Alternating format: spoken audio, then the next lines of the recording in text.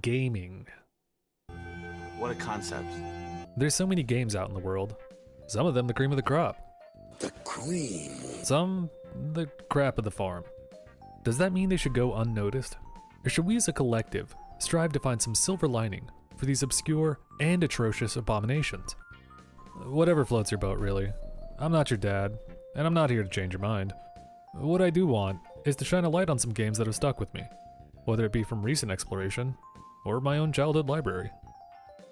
As a young pair of hands, I had a hand-me-down Super Nintendo with the essentials: Super Mario World, War of the Gems, Mega Man X, and Space Football 1-on-1, Spider-Man and X-Men, Arcade's Revenge.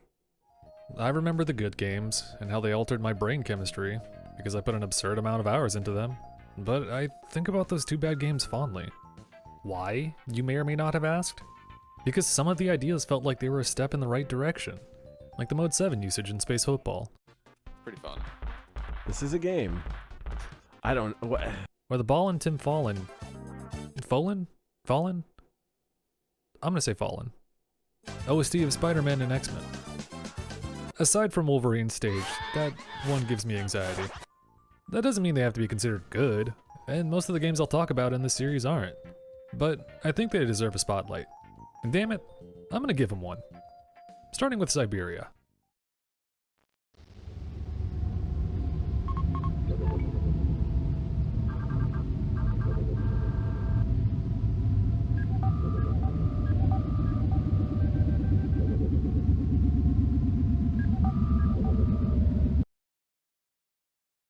Cyberia, no, not the graphic adventure Cyberia, is a futuristic action-adventure game developed by Zatrix Entertainment and released by Interplay in 1994, with console ports being released about 2 years after. We'll be talking about the PS1 port, which was released in 1996. If Zatrix Entertainment doesn't sound familiar, then maybe the name Grey Matter Studios does. You know, the guys who made Call of Duty, United Offensive, and Call of Duty 2, Big Red Front. The year is 2027. You are a cyber hacker named Zabulon Pike. What the fuck, I thought his name was Zach Sully. Recently freed from prison by the Free World Alliance leader, Devlin. Your task is to infiltrate a cartel-infested secret science bunker in, you guessed it, Cyberia, to find out about the Cyberia project. Always to the point, my man. All right, here's the sitch. Let's start with some things that I love about the game. It's got some great voice acting, and cutscenes, with the latter being featured prominently throughout. Miss Suzuki, the new janitor is expected tomorrow. She's under emergency investigation, but nothing negative expected. The death cutscenes are perfect, with Slice-O-Matic, the water puddle and mysterious barrel at the beginning of the game, and blowing your leg shit smooth off, being particular favorites. I'm not ashamed to admit that I remembered several interactions, including when you first meet Gia. Come on. I'll take you to see Santos. We're under attack. Come on, follow me. There's a huge campy vibe throughout the game, as you're attempting to complete this weird-ass espionage mission without any real idea of why, other than Devlin told you so. At one point, you reach a desk close to a meeting room, find a mysterious device that has a non-Newtonian fluid coming out, and Zach literally just says, That was pretty cool. no point to it whatsoever. I love that shit. The puzzles do make you feel like you're a hacker, as you get 3 tools built into your first-person blade system. I had no fucking idea that's what it was called. To scan and analyze the devices you're attempting to crack. An infrared thermal scanner, a magnetic resonance imager, and a bioscanner. I still have no clue what the bioscanner does, but the other 2 are kinda useful. Just don't use the infrared on any of the containers after getting captured by Santos. The game features a lot of on-the-rail shooting sections, which can be fun, especially the cool Top Gun feeling sequence leading to the Cyberia complex. The OST for the game, while small, has some bangers in it. My favorite is the mutagen theme, because it makes me feel like the edibles just kicked in.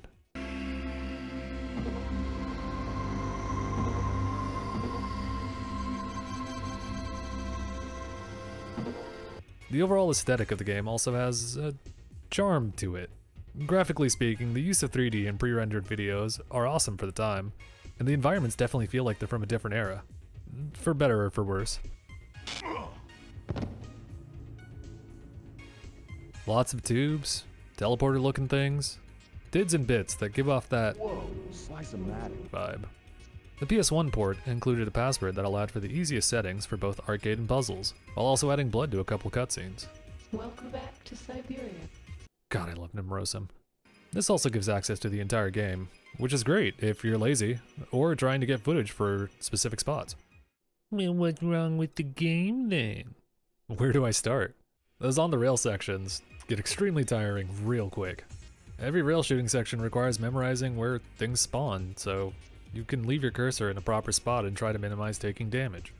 Doing that while on a D-pad feels god-awful, and even with a button press to speed up your cursor movement, you'll be struggling to catch stray enemies or viruses. There's a section of the late game that requires you to clear out a path filled with alien creatures, and if you miss even one, you get face-hugged and have to start over. If you don't search every computer or room, you'll be wandering around aimlessly. Certain sequences must be done in an exact order to progress further into the story, and the game doesn't do any hand-holding or recapping, aside from voice messages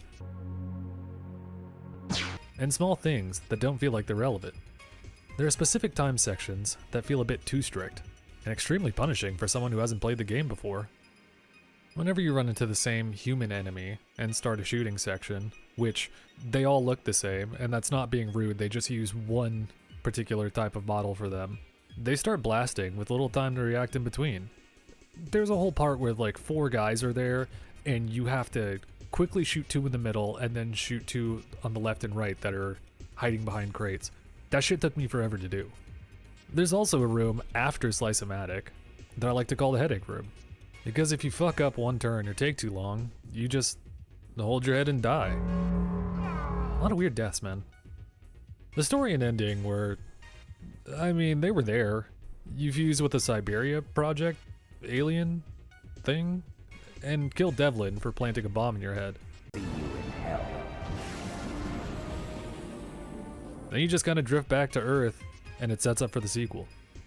Without the Nemrosim cheat, which isn't in any other port aside from the PS1, you have to pick between puzzle or arcade to be set to 1, which is the lowest difficulty. Easy arcade and easy puzzle are too easy.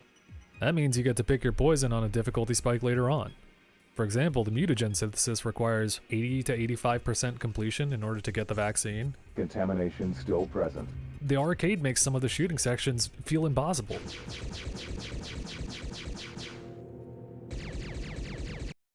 So what's the point of all of this? Man, I don't know, I think this game's neat and wanted an excuse to talk about it.